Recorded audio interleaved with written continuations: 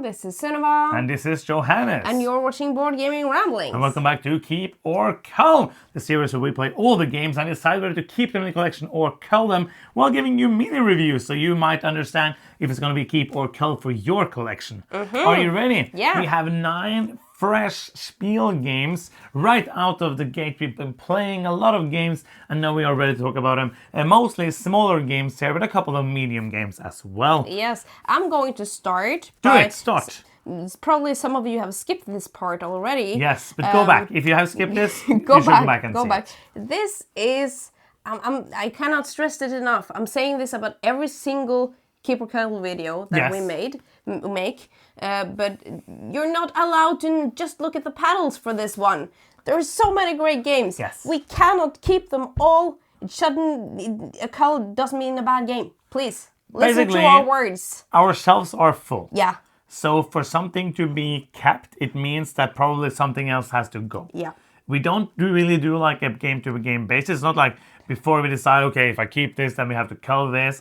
But that's going to be like the conclusion of it. Yeah. And we have, since we did the organizing the collection, you can go and check out that video if you didn't see it. We have some shelf space. But most of it is like, there's a shelf over there that's only expansion, which is basically not supposed to be there. Yeah. And then there's like a half shelf left that is ready for bigger games.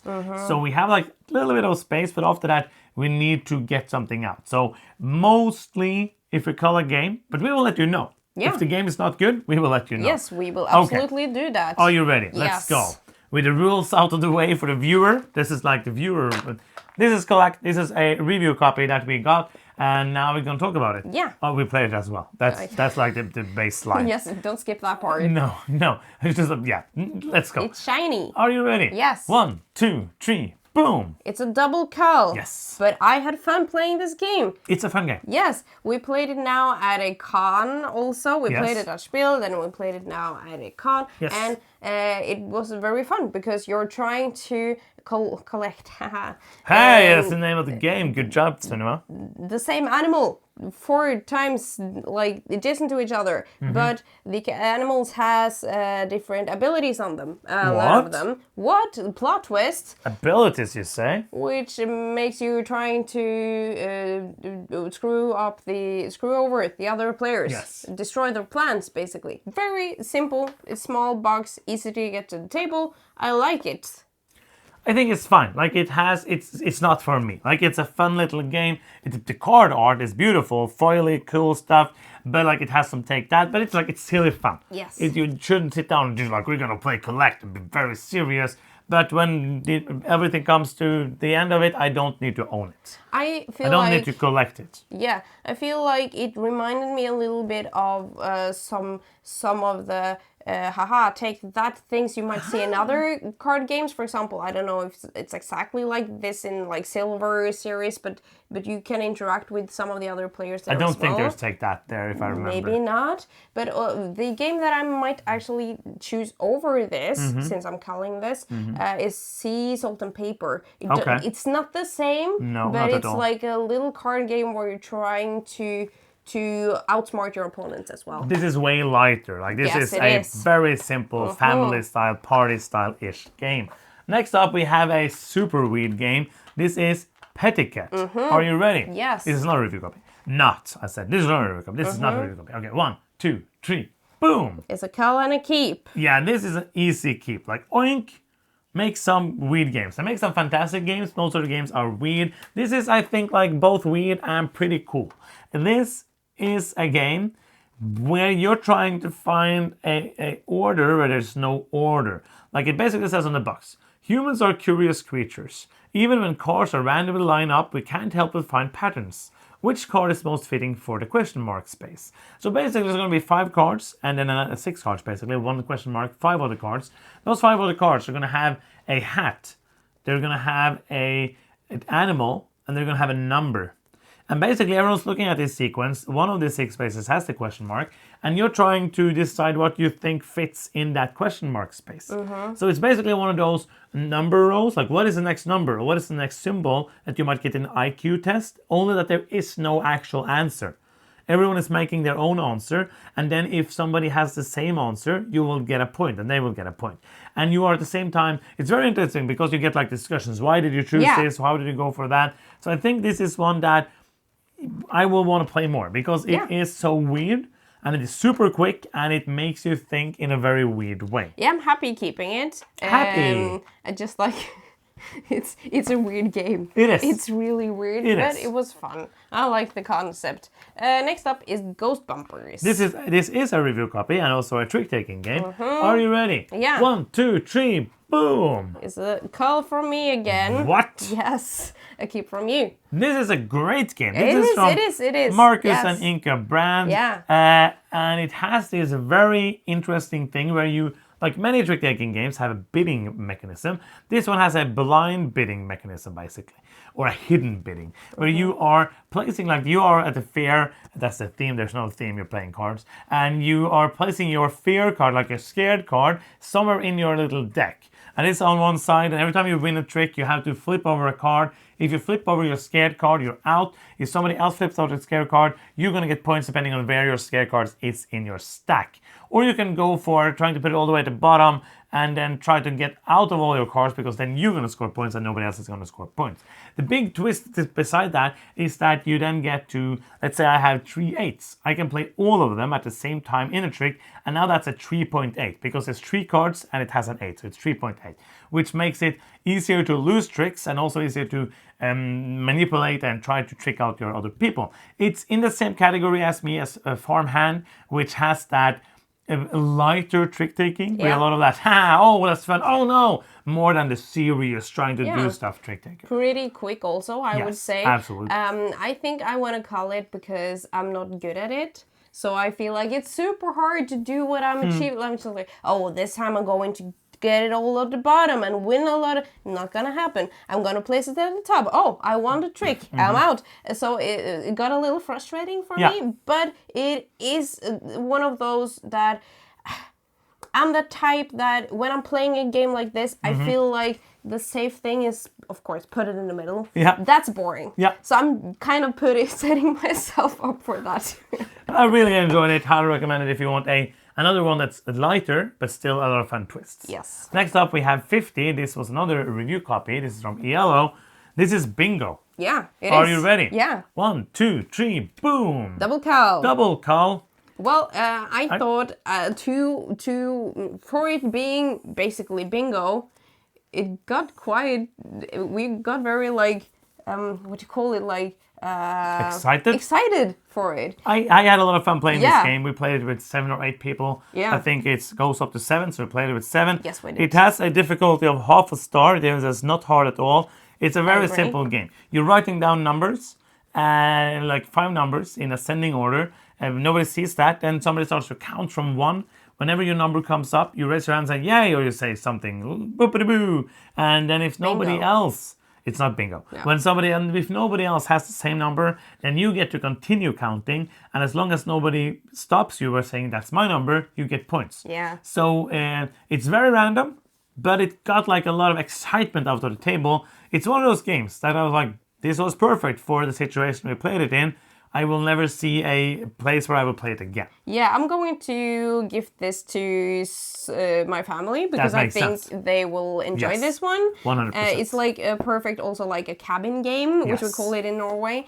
I call it that at least. But it was very fun when I got like a number and it's like, yes, that's me. And I count 1 and another person, that's me. And it's like, no. And then that happens like 4 times in a row. Absolutely. Next up is another trick-taking game. This was another review copy from ELO.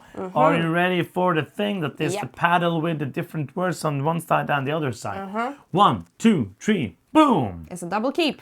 Plus is, I don't know why we're doing this now. You're speaking about the games I take up, and I'm speaking about the game, which is the other way around that we used to do it. I didn't plan That's this. why I got surprised when you started talking about 50, because we usually talk about the game. But then probably we did it the other ways around as well. The rules are here to be broken. And we also made the rules, so we can do whatever we want. I thought you were talking about rules. Probably. No, why? Why? That was your the game. rules are made. Lust is I understand Yeah. now. Lust is a pretty weird game. It is a trick-taking game where you don't see your cards. You only see the colors of the cards. So somebody's gonna get your cards. They're gonna what do you call it? Sort them and then give them to you. Kind of like we saw in Silotar last Yes. year, but done in a different way. This is And better. then you have to bid on the tricks you think you will get. Because you will see everyone else's card, which you don't do in Salvador. But here you will see, okay, so I have 3 blue, but I see you have the 12 blue, and you have the 11 and 10, which means I'm probably not going to win anything in blue. And maybe I will then look at, okay, so the trump is I don't have any trump. I'll go for 0 tricks and then try to like force that out of it. And it's very interesting. It's very, it's kind of, it's one that's simple rules-wise, Yeah. but pretty hard to play well because it is weird. We played Piñatas. Yes, many years ago. That is a trick-taking game. Yes. It reminded me of. This reminds me of that. Yes. But here you are bidding on what you're going to win yourself. I think you're bidding for someone else, And or I think actually in Piñatas playing, you're playing cards from the other players. the other player's hand. But it reminded me of that. But also seeing just the color of like. No, the other people seeing some things of what you have reminded me of farmhand, but you're basically turn the hand around. Yeah. So you're seeing. Some information, Yes. the other thing, some of it. That was really clever. I really enjoyed it. Oh, it's Next you. up we have Walking in Osaka. This was another review copy. Thank you so much. We appreciate every single one of you. Yes. Let's go. This is the 3rd one in the series. Do we still have Walking in Burano? Yes, we do. The first one. Oh, I think we do. I think we still do. It should be here. Emperor S4 is a publisher I'm always looking it's out there. for. I see it now. Yay! Aha. Because they have some really great games, especially Yes. Shadow in Kyoto and the other one, which Hanami is called... Koji. Yes, with all the expansions and the Yes. second one as well. And Walking in Osaka is the 3rd game in the Walking in series. And now we do the paddle. Yeah. 1, 2, 3, boom! It's a double Cull. I was unsure Me too. because this is one game. This is one of those games where it was a lot of fun. I would have a lot of fun playing it many more times. Yes. But there's so many games. And when I put this on the shelf, and when I go back and I have the chance to play something, I think I would rather still play Walking in Burano if I were to choose one of them. I'm unsure. Okay, which means we should call Walking in Burano and Yes, keep this. I'm thinking culling them both. But this is a pretty overwhelming puzzle game, the first couple of turns at least, because every card you play have different symbols, and then when so you're moving around, picking cards, drafting from rows and columns, every time a row or column is depleted, then the player who did that will activate a scoring, which like they can that. move the scoring marker 1 or 2 spaces or pay to move it farther, and then you will be able to score that thing. But the thing what makes it kind of like overwhelming is that it's very boring if I'm just going to go do this scoring and then, oh, you got 60 points, I got 2, which means that every time I do a scoring, I have to ask, how many points do you get in this category? Yeah. How many points do you get in this category? I think it will be quicker when you play it more. Not that it took a long time. No. But like it feels kind of like it's stopping every time you're doing a scoring, but it's very exciting and it's very thinky. Yeah. So I did really like it, but I'm not seeing I need to own it. Oh yes, I agree. I'm very glad to have played it because I really like the puzzle, and I can see myself enjoying that puzzle if we were to play it more. Yes. But I agree. I don't need to own it. It's not one of those cases, and this is true very often when we call a game, that we don't play games like normal people play games, and we yes. don't have space for 1,000 or 2,000 games. Nope. Because if we had, it would be very easy to just put it on the shelf Aha. and have like a big It's a keep. pile of games. And then also Keep or Cull would be a very boring series. Keep everything. No, I still wouldn't keep That is everything. true. We I have would- 3 more games, I think. Yes, You have 2 more. I have 2 more. Next up is Piñatas. Let's go to Piñatas. This is not a review copy. But it is a trick-taking basically, game. because it's a 2026 release, they had some copies at Spiel, and I was in a meeting with Allplay, and they spoke to me about this game and said we could get it later, but I was like, I'm gonna buy it now because it sounded awesome. Yeah. So then we played it, Yep. and now 1, 2, 3,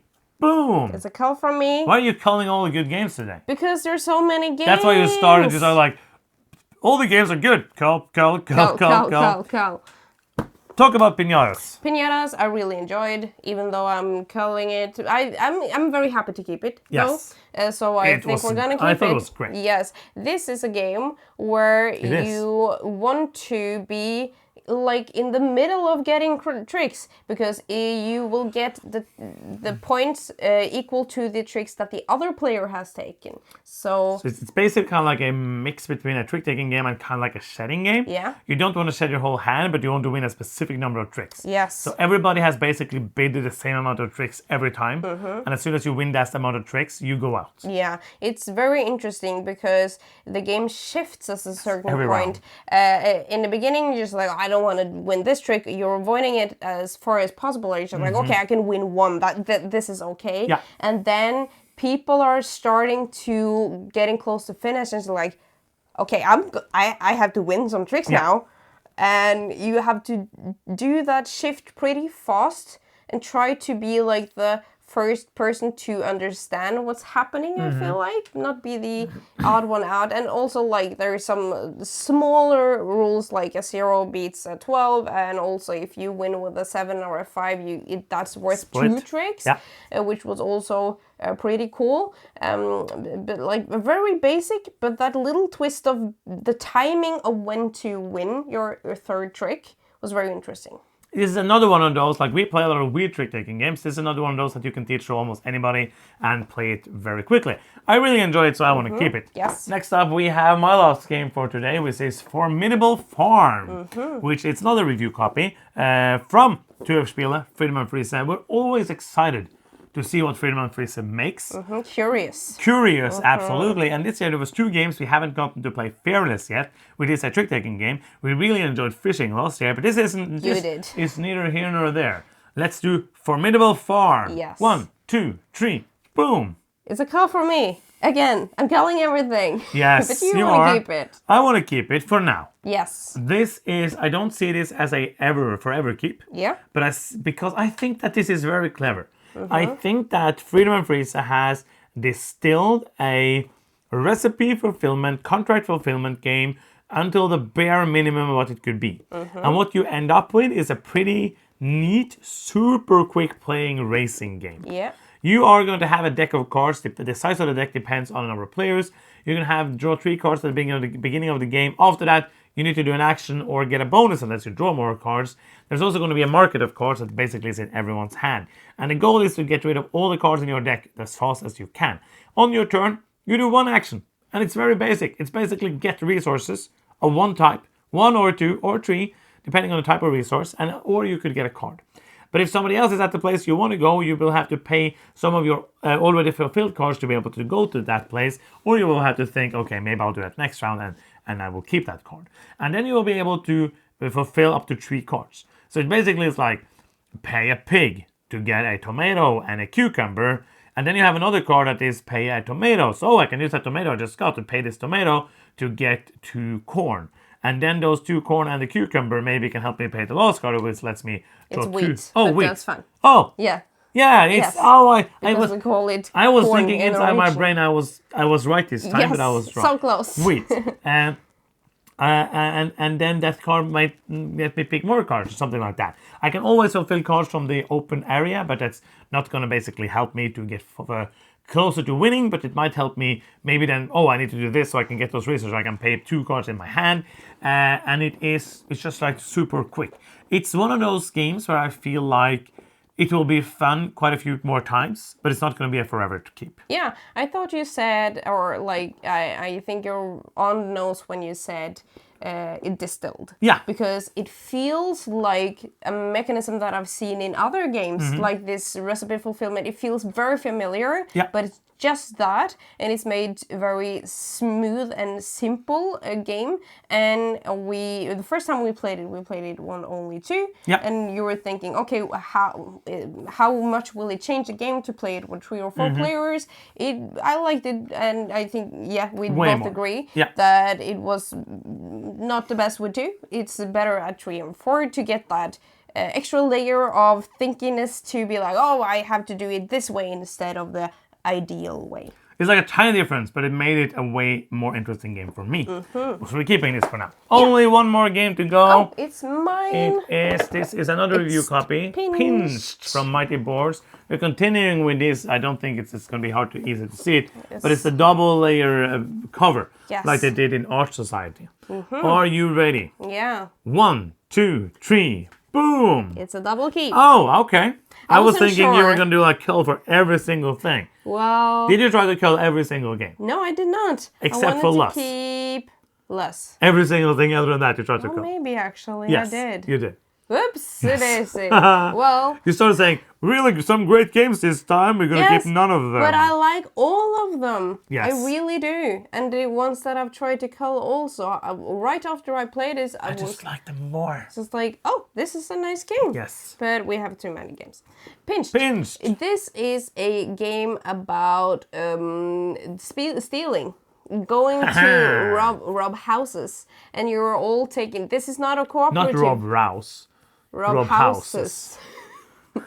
Well, you're not cooperating, but you're kind of going on a heist together, but you're not talking so much about it. So, Oh, you're trying to describe the theme. yes. Basically, there's a mastermind that decides where you want to go. Yeah. And there's a card face down. You can talk about what you want to do. Then the others try to find out what you have decided on by placing a card. And if Yeah. they match, they will get to take some stuff. If they don't match, you get to take everything by yourself. Yes. So, as the mastermind, you're trying to figure out, like, or deduce where is it possible that I can go on my own, where will not people anticipate that I'm going, and as the other player you're trying to anticipate where the mastermind is going, and you're trying to there's a little like the double, and if I go there then you're probably thinking that, but it's super cool when you actually as the mastermind outsmart the other people and get to do the spot on your own. And other than that, it's kind of a set collection. Yeah. You're trying It is a to set collection. yes,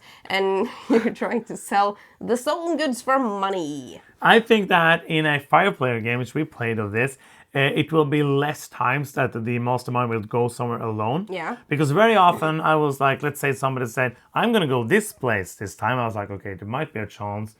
But if I do something else, there's a huge chance somebody else is going to believe them and go where they're going to be. Yeah. In a 3-player game, for example, it's only like, it's way less chance. It's like, it's more of a thinking thing. So I'm excited to play it actually at a lower player count to see how much that changes up the game. I have a feeling that this is a game that going to be more fun with the higher player counts. Okay. Because of the tension there. But Yeah, but the tension is different because it's going to be more like I don't have that pillow to kind of like rest on. Yes, Because I that's agree. what I did a lot of times. I was like, Yeah. I'm going to do this because I'm pretty sure one of the other people are going to do the other thing. Yeah. I was thinking the same thing. Yeah, so that you're going to not have that, which is kind of almost going to take the tension up. Mm-hmm. I think, with less Yeah, players. I think that's my problem. I don't want the tension up. Okay.